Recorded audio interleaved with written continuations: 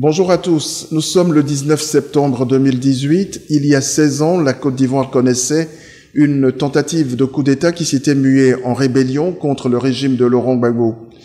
Il y a 16 ans aussi, on s'en souvient, le général Gueye perdait la vie. Il y a 16 ans, la Côte d'Ivoire sombrait dans la crise, nous rappelle Thierry Latte dans les colonnes du Patriote. Le temps se souvient que le 19 septembre 2002, Guillaume Soro et ses ex-rebelles attaquaient la Côte d'Ivoire. Le quotidien proche de l'opposition radicale rappelle comment Laurent Gbagbo s'est humilié pour sauver le pays, mais aussi la mobilisation exemplaire des patriotes.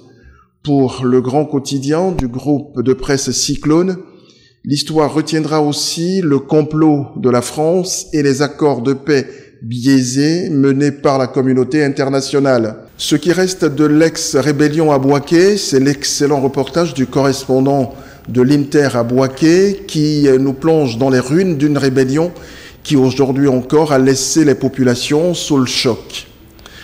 Tous les journaux ont rendu compte des conclusions de la réunion du secrétariat exécutif du PDCI hier à Daoukro. À propos des municipales et des régionales, le PDCI maintient le suspense, titre Notre Voix. Le Nouveau Réveil, le quotidien proche du parti, analyse plutôt les raisons de la convocation d'urgence d'un prochain bureau politique du parti. Enfin, l'hebdomadaire aujourd'hui, dans son numéro du jour, recense tous ces grands sujets qui fâchent à la veille de ces élections locales. Réforme de la CEI, tension entre Bédié et Ouattara, déguerpissement des habitants d'Adjamé Village. Et puis, n'oubliez pas le feuilleton, les voisins de Didier Hatsin à la page 31 de Fraternité Matin. Aujourd'hui, il est question de pistolet, de grossesse.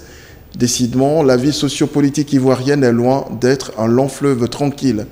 Excellente journée.